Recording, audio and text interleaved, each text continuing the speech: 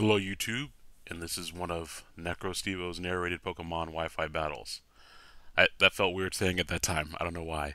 Today we have my 400 subscriber special for you guys. I just wanted to get this out before Thanksgiving because I am thankful for all my subscribers. I am really happy that you guys decided to subscribe to me, and I hope you all are still enjoying my content. I'm actually at 500 subscribers now, so expect to see that sub-special up in the future. Today's match is against Crasher Wake, and he's actually using a Crasher Wake team, and I'm using a gym leader Janine team from 2nd Gen. I just started off with my lead Chiropteran, the Crobat, whom I really like this set. It catches a lot of people off guard, and I don't get a chance to use Chiropteran very much. But I taunt because I expected Dragon Dance or Sub maybe, and then I just went for Screech. I didn't see the Intimidate, so I was assuming that he had Moxie, and I know I can kill him with basically a +2 Brave Bird. And if he decides to switch out into something after the taunt, then I can U-turn and get a really good hit off on that as well. Unfortunately, this lead Gyarados has a Focus Sash, which made me really sad because Chiropteran would have been great to have against so many of the Pokemon on his team. Um, Now he is carrying a Crasher Wake team. He does have Politoed and a Floatzel with Swift Swim, but he told me about that before the match, and we'll actually see how that plays in later. For now, I know that he has 1 HP, so going in the Muck, nicknamed Kick Your Grass, just going for the safe Shadow Sneak, not having to deal with that. Here I'm expecting Earthquake from Quagsire. It's easy to just go out into Wheezing, because even if he did predict that and go for Scald, that coming from a Quagsire would not do very much damage. Now I was a little surprised here. He actually has the Lumberry on Quagsire, and you don't see that very often. Most often they carry leftovers. So I was a little bit surprised to see that. And I was also surprised to see a Scald crit burn. That was not a good look as far as the beginning of the match. But that is just the start of this battle, so let's just try to salvage that by making him feel some of the pain that I just felt. We're going to pain split. Look, if you crit me, you're going to feel it too. So I get my HP back up to a respectable level. Then we see how little that second Scald does. And it would be really nice to not have the burn, but as we all know, burn has like an 80% Scald rate. I'm sorry, Scald has like an 80% burn rate. I think I just got the two reversed there. Anyways, though, I was expecting him to either go for Scald again or to recover up, so I figured now was a good chance to switch into Nymphis. I could Toxic him again, and Earthquake's not going to do too much. Scald can't burn me because I'll just Water Absorb it. I actually bred this Vaporeon back in Fortune, so it does not have hydration. And this is a typical max HP, max defense, Wish Protect Vaporeon. I was very surprised on the Bulbapedia page to see that Janine had a Vaporeon. If you battle her in Pokemon Stadium 2, she uses one. So I thought that that was interesting.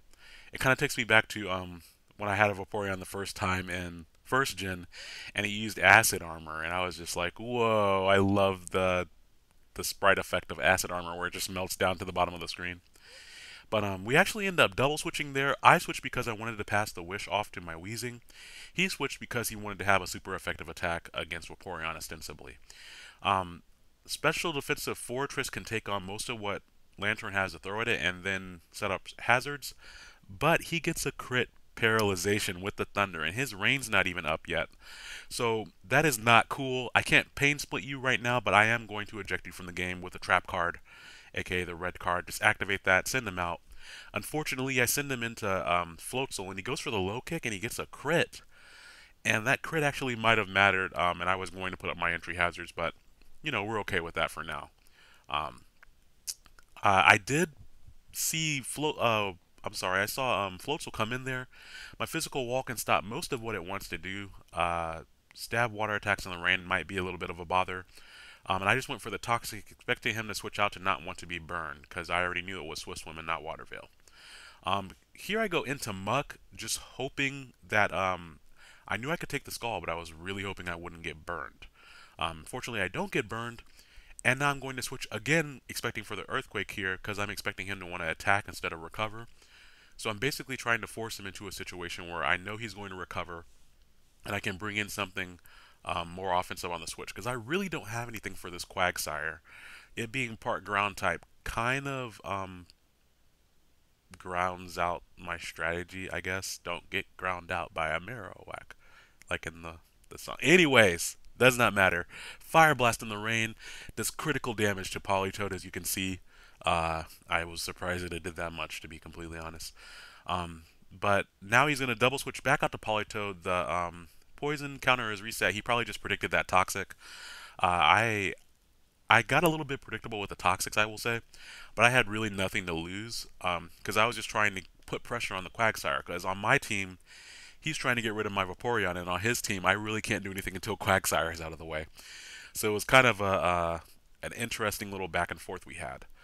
Interestingly, he used Earthquake when I had Wheezing out, so he might have been predicting Muck to come back in. But I was kind of worried he would predict that, and so I went out to Vaporeon instead in case he went for the Scald. I really did not want my Muck to get burned. With Crobat down, I don't have too much more offensive presence on the team. A lot of my poison types are a little bit more bulky. But when I wished up that turn, I just wanted to pass it off to Muck because I expected him to Earthquake again, and I knew it wouldn't do that much.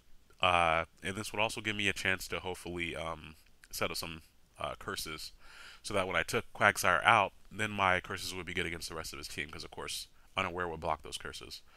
But you see how little that Thunder does to my Muck there, and he's not even max specially defensive or max HP. And he actually gets the paralyzation again. Fortunately, though, I have the Lumberry just in case I get burned, is what that's mainly there for. Because as far as paralysis goes, I'm going to be slow anyway from using Curse. But the chance that I won't attack, it's nice to bypass that.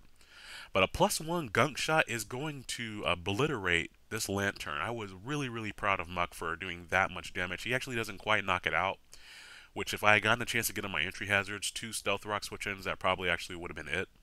But I was really impressed with that amount of damage, and figuring that I could salvage. Oh, whoops, that was my text messaging. I just got an item.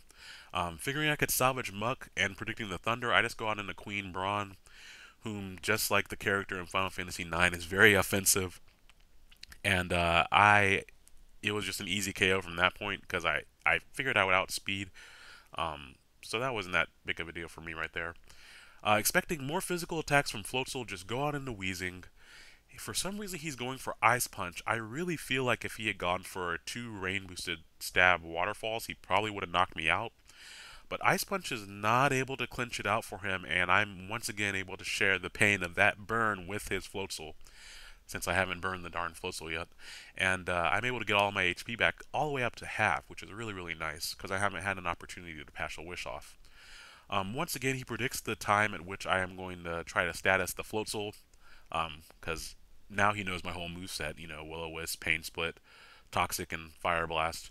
And sometimes I carry Thunderbolt for Gyarados, but I don't normally run into that matchup anymore like I did in Fortune, where it was easy to have that surprise. And just predicting him to predict Muck again, I go out into Vaporeon this time. So we have a really, really nice back and forth rapport of, okay, which Pokemon is the other person going to bring in now? Because we're without entry hazards up, there's really nothing blocking the switches, really. You just have to make smart switches. And so here he brings in Ludicolo. I did not know what kind of Ludicolo it was. He didn't tell me that he was bringing 2 Swift Swim Pokemon, so I was assuming it'd be Rain Dish. But I've seen Rain Dish Swords Dance Ludicolo before, so that really didn't tell me anything. Now, seeing the Leech Seed and the Toxic, that did tell me that this was the typical bulky Stolly sub-seed set. And it made it really important that I got the Toxic on him before he substituted, but we actually find out later that he doesn't have substitute. And he misses that Leech Seed. I protected on the last Leech Seed. He misses 1 Leech Seed. Not a big deal in the face of the hacks that I had earlier. Not really game changing because I'm just going to wish up and switch out anyway. But now I'm going to try to switch out to Muck in order to threaten this Ludicolo out, because I don't really want my Vaporeon getting hit by grass attacks. And he misses that Leech Seed. So that Leech Seed actually would have put a little bit more pressure on Muck, because Muck has a lot of HP, and I get all that HP back from the Wish. So if I had Leech Seed on Muck, not only would his Pokemon be recovering more HP, but Muck doesn't have any way to restore its own HP. So that one may have mattered a little bit more. Now, I was afraid of Quagsire coming in, so I just went straight for the Gunk Shot. I didn't really want to try cursing up, just because Unaware would completely waste my time there. And I thought a Gunk Shot and a Brick Break unboosted might be able to take out Quagsire. and it actually doesn't. Fortunately for me, for some reason he decided to attack with Scald. I guess he really just wanted the burn instead of recovering up. And with the damage I was doing, he was completely fine to recover up, especially with how important his ground type was against the rest of my team. Um, I know Muck's bulk. I know this Muck pretty well from the battles it has been in, and I figured I could take a rain boosted Hydro Pump or a Scald from Politoed, even at the amount of HP that I was at. And unfortunately, I missed that gunk shot, but that's okay. I still have Vaporeon, so if I get a chance, I can pass a wish off. Hopefully. So here I'm just going to try to Toxic the Politoed. Hopefully that'll help me whittle it down. But he makes a smart play. Immediately goes back out into Ludicolo. I didn't really want to go straight for the wish because that's a little bit too predictable, and that's what I had been doing kind of routinely throughout the match. So now that I'm back in here with Ludicolo, I was a little bit worried about the Leech Seed Stolly goodness again. And he actually just goes straight for the Giga Drain. So I actually prefer that with Nidoqueen because with him being a bulky build, I was actually fairly certain I would outspeed him. Because this Nidoqueen it has some HP, max special attack, and some speed. He just protects there. I'm not, I guess, net gain for his protect after Rain Dish and leftovers, and then the toxic damage after all that. Um, Maybe in that game, I don't know. It looks about the same. But I actually, now that he protected on the Sludge Wave, I expected him to switch. Maybe in the Politoed, he could take a Sludge Wave decently well. And so I just went for the Thunderbolt to try to catch super effective damage on something. Fortunately, that doesn't quite work out in my favor, and he's able to get up the Leech Seed against a Pokemon, again, with a pretty high HP stat. Um, you have to excuse that. The phone's ringing. I'm at my parents' house. But anyways, though, now I know exactly what he's going to be doing, and the Sludge Wave is coming, and nothing on his team really wants to take that, because it is Life Orb, Sheer Force boosted, and it's Stab. So that makes it a pretty powerful attack. Now, I'm not going to be able to take a Hydro Pump from Politoed with Nidoqueen, so I go into Muck just as Death Fodder. I could have gone into Vaporeon again, but I wanted to, in case he used like Hidden Power Grass or something like that, I needed to know that information, kind of. Um, and he used Ice Beam and then he switched out, so now I know he's Scarfed at least. I didn't really get a chance to get a good look at that information earlier just because he switched just based on the typing matchup, I believe. Uh, so he's either Scarfed or Specs, but he's probably Scarfed just by the fact that his Hydro Pump didn't knock out my Muck. His Floatzel ends up going for Low Kick again on Vaporeon, and Vaporeon is not very heavy, so that I kind of go back and forth. If he most Floatzel carry at least Crunch or something like that, so that probably would have done a little bit more damage. Not that it mattered right there, just because I could have just put up a wish. Expecting Floatzel to stay in and try to whittle my HP down alongside the Toxic, I just go for the Rain Boosted Surf. I hit Politoed and get a crit, but that's not really going to matter as far as Politoed goes. He does go for Focus Blast and he misses, which means I'm not sure why he went for Focus Blast, as most of my teammates resist Focus Blast, but that probably means that that's the best thing that he had to hit Vaporeon with, which I just go for another Surf, and that barely does anything. And he actually does hit this Focus Blast, so that makes up for it. I would be interested to know, because if he had hit the first one, I probably would have either switched out or tried to wish up. But now my HP is at a really, really, really low level after the toxic damage here, because I've taken 3 or 4 turns of toxic damage at this point. So my HP is very critical, and I'm not going to be able to wish up. I can't really switch out and then switch into anything, so here I'm just hoping to live an Ice Punch or live a low kick, but unfortunately I don't. But that's okay, because I still have Wheezing left to combat Floatzel. When I was able to Pain Split up earlier, so I still have half of my HP. He goes for Ice Punch again and again, and I am really just left wondering, why isn't he going for Water moves? And the only thing I can think is maybe he's Choice Banded or something like that, which would stop him from switching up moves. But in that case, when the rain's up, you should really lock yourself into the Water boosted move, especially against a Poison team. With Vaporeon down, you don't really have any reason not to. But now I think we're both down to the end of the match here, and I only had one Pokemon left, which was Nidoqueen. So had he been able to knock out Weezing, with one Ice Punch, or had he been able to knock out Weezing with a Water attack, he probably could have knocked out my Nidoqueen as well, but then he probably would have gone down to the Toxic. So that was a very, very good match. I really enjoyed it, Crash Awake, so thank you for the match. I had a lot of fun with that. Despite the hacks, I got a chance to use some of my Pokemon that I really haven't used since 4th Gen, and so I know my Pokemon appreciated the chance to kind of see some airtime. But I hope you guys enjoyed my 400 sub special. I hope you guys have a great Thanksgiving, and I will talk to you guys later. Alright, you guys have a good week. Bye.